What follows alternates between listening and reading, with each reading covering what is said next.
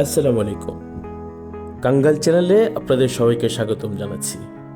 আজকে আমরা শুরু করব কাঙ্গালের পঞ্চম ব্লগ।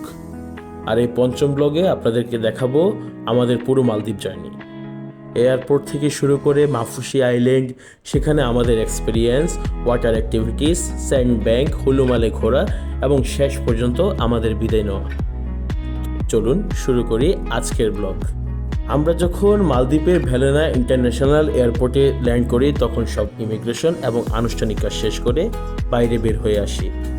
বাইরে আসার পর প্রথমে যেটা চোখে পড়ে সেটা হলো এই দেশের পরিষ্কার পরিচ্ছন্নতা এবং সময়নিষ্ঠতা।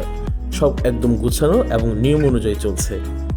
এয়ারপোর্টের বাইরে বের হয়ে আমরা অপেক্ষা করি মাফুসি যাওয়ার স্পিড বোটের জন্য।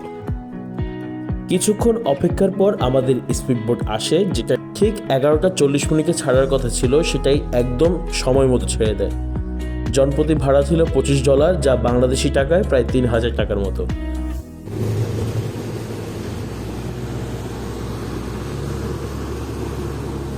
প্রায় 45 মিনিটের উত্তাল সাগর পাড়ি দিয়ে আমরা পৌঁছে যাই মাফুসি আইল্যান্ডে। সাগরের ঢেউয়ের মধ্যে দিয়ে যাত্রাটা একটু ভয়ঙ্কর লাগছিল, কিন্তু একই সাথে সুন্দর অভিজ্ঞতা ছিল। মাফুসি হলো কাফু এটেলের একটি লোকাল আইল্যান্ড। এখানে রিসোর্ট আইল্যান্ড না হলেও একই রকম নীল পানি, সাদা বালির বিচ আর অসাধারণ ওয়াটার অ্যাক্টিভিটিস সব কিছু এখানে পাওয়া যায়। প্রথম দিন আমরা বেশ ক্লান্ত ছিলাম, কারণ সারা রাত আমরা জার্নি করেছি, তাই হোটেলে চেক ইন করে কিছুক্ষণ রেস্ট নিই। রাতে আর বেশি কিছু করা হয়নি, শুধু হোটেলের সামনের বিচে একটু বের হয়ে হাঁটাহাঁটি করি। সেই সময় সমুদ্রের শব্দ, হালকা বাতাস আর শান্ত পরিবেশ সব মিলিয়ে একটি অন্যরকম অনুভূতি ছিল। পরের দিন সকালে হোটেলে কমপ্লিমেন্টারি ব্রেকফাস্ট করে আমরা বের হয়ে যাই।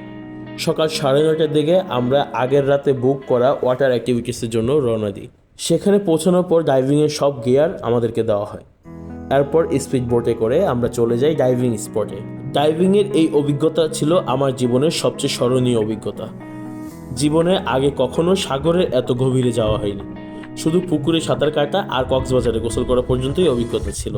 প্রথমে অনেক ভয় লাগছিল, মনে হচ্ছিল আমি পারবো না, কিন্তু ধীরে ধীরে যখন পানির নিচে নামলাম তখন সব ভয় একদম চলে গেল। চারপাশে শুধু নীল পানি, রঙিন মাছ, প্রবাল আর এক অদ্ভুত শান্ত পরিবেশ।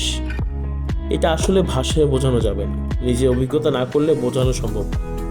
ডাইভিং শেষ করে আমরা চলে যাই স্যান্ড ব্যাংকে। এটা এমন একটি জায়গা যেখানে দুই পাশের বিশাল সমুদ্র আর মাঝখানে ছোট সাদা বালির দ্বীপ। আমরা সেখানে বসে লাঞ্চ করি, ছবি তুলি এবং পুরো পরিবেশটাকে উপভোগ করি। এটি ছিল আমাদের ট্রিপের অন্যতম সুন্দর মুহূর্ত। এরপর বিকেলে আমরা পুরো মাফুসি আইল্যান্ড পায়ে হেঁটে ঘুরি। পুরো দ্বীপটা ঘুরে দেখতে প্রায় 1 ঘন্টার মতো সময় লাগে আমাদের। পথে আমরা অনেক ছবি তুলি, ভিডিও করি এবং লোকাল লাইফগুলো খুব কাছ থেকে দেখি। দ্বীপের শেষ প্রান্তে গিয়ে আমরা একটি সেন্ট্রাল জেলখানা দেখি, যেটি বাইরে থেকে দেখা যায়। পরের দিন সকালে 7:30 আমরা মাফুসি থেকে পাবলিক ফেরিতে করে চলে আসি হুলুমালিতে।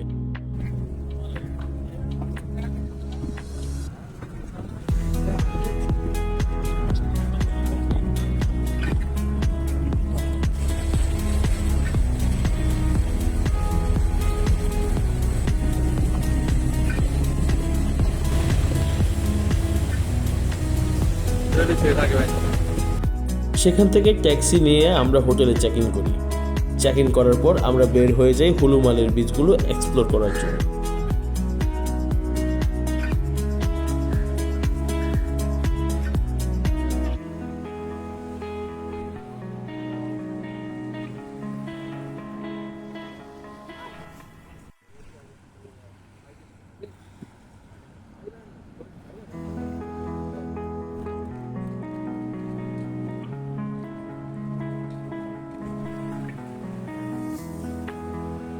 সারাদিন ঘুরে আবারও সন্ধ্যায় হোটেলে ফিরে আসি।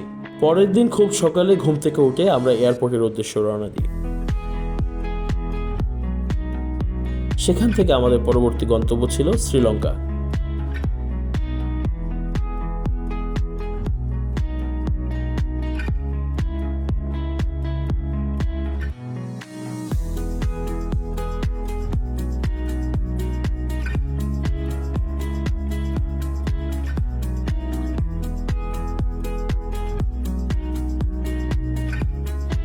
এভাবেই শেষ হয় আমাদের মালদ্বীপের সুন্দর একটি জার্নি। সো আজকের ব্লগ এ পর্যন্তই। আশা করি মালদ্বীপ ট্রিপের এই অভিজ্ঞতা আপনাদের ভালো লেগেছে। ভিডিওটি ভালো লাগলে অবশ্যই লাইক দিবেন, কমেন্ট করে জানাবেন আপনাদের মতামত। আর যারা এখনও কাঙ্গাল চ্যানেলটি সাবস্ক্রাইব করেননি, দ্রুত কাঙ্গাল চ্যানেলটি সাবস্ক্রাইব করতে ভুলবেন না। আল্লাহ হাফিজ।